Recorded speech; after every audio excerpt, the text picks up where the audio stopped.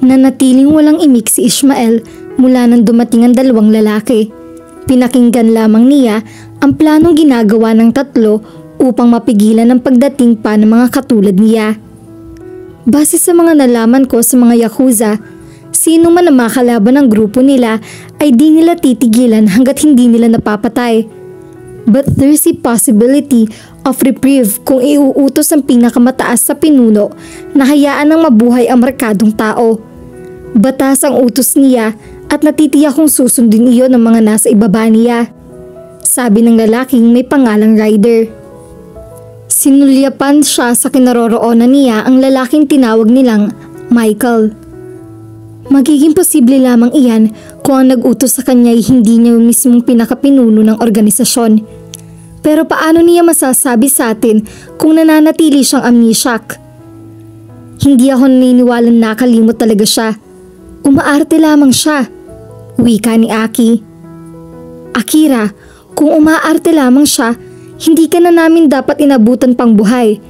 Baliwala sa mga taong tulad niya ang posas. And evangelized bracelet won't bother him. Sanay siya sa anumang klase ng pahirap at sakit. Nanlaki ang mga mata ng babae. Inilagay ko sa kanang kamay niya ang posas kagabi, pero nasa kaliwa na niya ito ngayon. Bulalas nito. Sabay na napatayo ang dalawang lalaki. Iniharang ang mga katawan sa babae. Huminga siya ng malalim. Useless nang ipagpatuloy niya ang pagpapanggap. Tumayo siya. Walang anumang inalis ang posas sa kanyang kamay. Kumuyom mga kamay ni Ryder. Humanda ito sa pakikipaglaban. Ngunit nagtaka siya na mag-relax si Michael. Nakaalpas tuloy si Akira at tulad ni Ryder ay pumorma na rin ito sa paglaban. Nasa iyo ang lahat ng pagkakataon para ikasakatuparan ng misyon mo, Ishmael. Bakit hindi mo yun ginawa? Usisa ni Michael. I decided to retire. Tumitig siya sa mukha ni Akira. Hindi ito dapat mamatay. Maraming nagmamahal dito at higit na may karapatan ito sa buhay. Ano ngayon ang binabalak mo? Ani Michael. I'm going back to Japan. Wala na kayong dapat na ipag-alala pa. Akira will be safe from now on. Naglakad siya palabas ng pinto. Bakit mo to ginagawa, Ishmael? Habol sa kanya ni Aki. Nilingon niya ito. Dahil higit kang may karapatang mabuhay kaysa sa akin. My life means nothing. No one cares whether I live or die. Isa lamang akong gamit para sa organisasyon. Maraming malulungkot kapag mawawala ka, Akira Laguarga. Nagulat ito sa sagot niyang iyon. Hindi kita pipiliting maniwala sa akin, Anya. Maging ako'y hindi makapaniwala na nasa loob ng maikling panahon ay magagawa mong maipaintindi sa akin kung ano talaga ang mahalaga sa buhay ng isang tao. Ishmael, nagkibit balikat siya. Forget it, Aki. Anya. Kalimutan mo na rin ako dahil hindi na ito ang huli nating pagkikita. Sasabihin mo ba sa organisasyon ninyong maisakatuparan mo ang iyong misyon? Ani Ryder.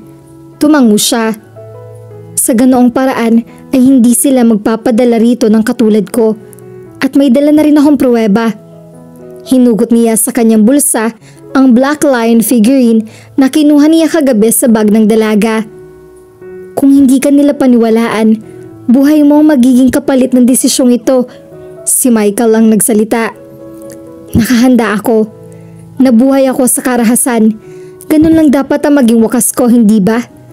But you and your family deserve a happy and peaceful life.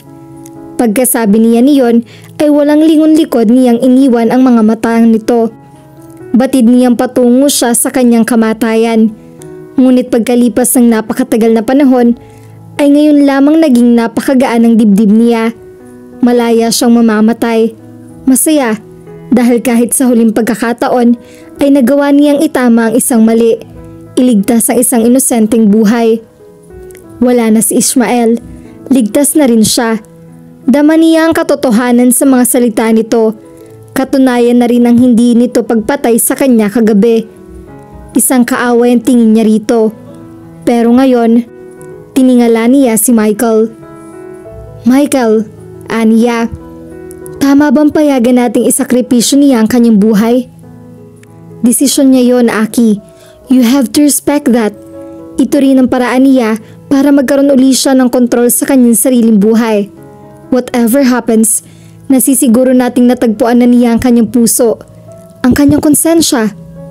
Tiningnan niya si Ryder. Wala tayong magagawa para baguhin ang desisyon niya. Iyon ang best decision sa sitwasyong ito. Paano ako matatahimik kung alam kong nabuhay ako dahil siya ang mamamatay? Kinabig siya ni Michael sa dibdib nito. Hindi natin siya kilala, hindi natin alam kung ano talaga nangyari sa kanya at naging ganun siya.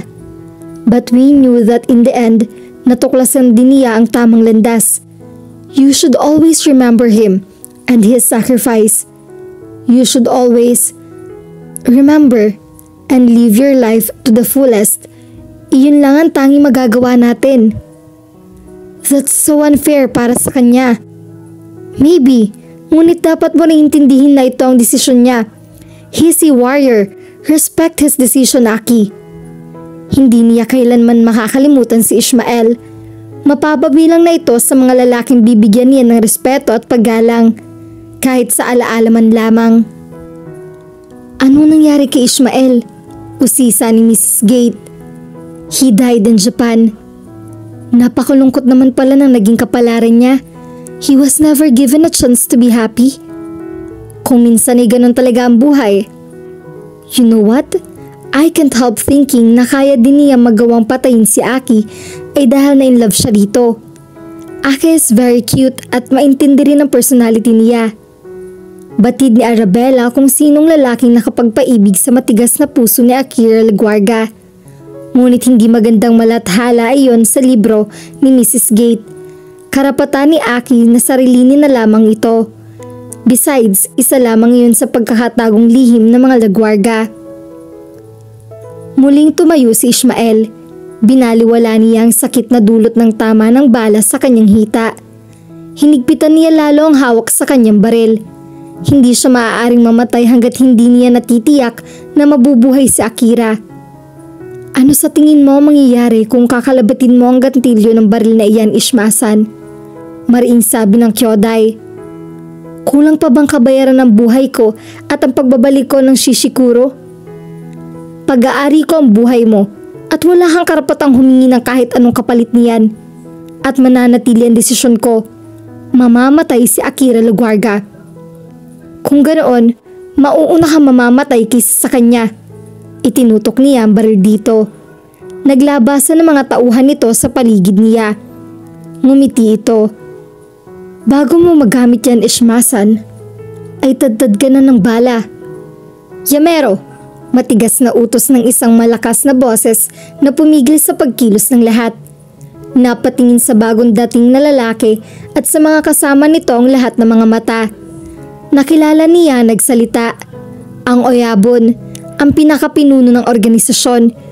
Ngunit hindi siya makapaniwala nang makilala ang lalaking nasa likuran nito, si Michael Laguarga. Naiiwan kay Akira ang pamamahala sa asyenda sa mga pagkakataong paluwas-luwas si Satin sa Maynila linggo-linggo. Nagsimulang mangyari iyon mula nang maging kasintahan nito si Gabriel. Kaya naman niyang asikasuhin ang everyday activities sa asyenda. Ngunit kung minsan, tulad ngayon, kailangan ng personal involvement ni Satin.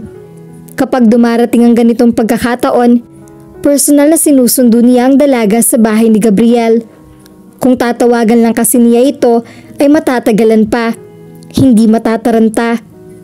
Habang papunta siya sa bahay ni Gabriel, ay muling sumingit sa isipan ni Ishmael Cristobal. Ilang buwan na ang nakakaraan mula nang magbalik ito sa Japan. Sa loob din ng mga panahong iyon ay nabalik sa normal ang buhay nila. Natiyak niyang tinupad ng lalaki ang sinabi nito. Ngunit posible rin sa ginawa nitong pagliligtas sa kanya ay namatay ito. Isinakripisyo na nga ba nito ang buhay niya? Sa tuwing maiisip niya iyon ay hindi siya matahimik. Desisyon niya ni Michael. Ngunit nakokonsensya pa rin siya. Nabigyan siya ng pagkakataong mabuhay. Ngunit ang lalaki, ano na talaga nangyari dito? Wala siyang anumang balita tungkol dito. Kung namatay nga ito sa pagsuway nito sa utos ng organisasyon, malabong may makakaalam pa sa kinaroroonan ng bangkay nito. Baka tinapon na lamang yun sa dagat. Ibinaon sa... Ipinilig niya ang kanyang ulo. Ayaw niyang isiping patay na si Ismael. Gusto niyang umasa na buhay pa ito, na nagkakaroon nito ng ikalawang pagkakataong mabuhay. Sa buong buhay niya ay ngayon lamang may taong nagsakripisyo ng ganito para sa kanya. Isang taong hindi niya kaano-ano o kakilala man lang. Bakit mo ginawa yun, Ismael? Ang paulit-ulit na lamang niyang naitatanong sa sarili. Nang makarating siya sa gate ng bahay ni Gabriel ay labis siyang nagtaka nang walang nagbukas sa kanya kahit ilang beses na niyang pinindot ang doorbell. Inilabas niya ang personal key niya sa gate. Ibinigay iyon sa kanya ni Gabriel bilang pasasalamat sa ginawa niyang pagtulong sa aberyang nangyari sa relasyon nito kay Satin noon. She can come and go anytime sa bahay nito. Nang makapasok siya sa gate ay naging malinaw sa kanya na wala ngang tao sa loob. Ang bahay ay wala na ring mga gamit. Mangilan-ngilan siyang at nasa mesa lamang naroon. Imposibleng nanakawan ng bahay. Mas tamang isiping nagkaroon ng lipatan. Pero saan naman lumipat si Gabriel? Nagpunta siya sa likuran ng bahay. May tubig pa ang pool doon. At dahil malinis at maayos pa rin ang paligid ng bahay, malinaw na ilang araw pa lamang nakapagpapalipat ang binata. Papasok na sana siya uli sa bahay nang maramdaman niyang tila may nagmamatsyag sa kanya. Nakiramdam siya. Nagpalingalinga siya. Isang anino ang nahuli ng mga mata niya sa likuran ng malalaking acacia tree sa tabi ng bakod. Diretso siyang naglakad doon. Baka itong naiwang bantay o iyong hardinero na nag-aalaga sa garden. At dito na po nagtatapos ang part 5 ng ating kwento. Sabay-sabay po nating abangan ang susunod pang mga kabanata. Maraming salamat po. God bless and stay safe!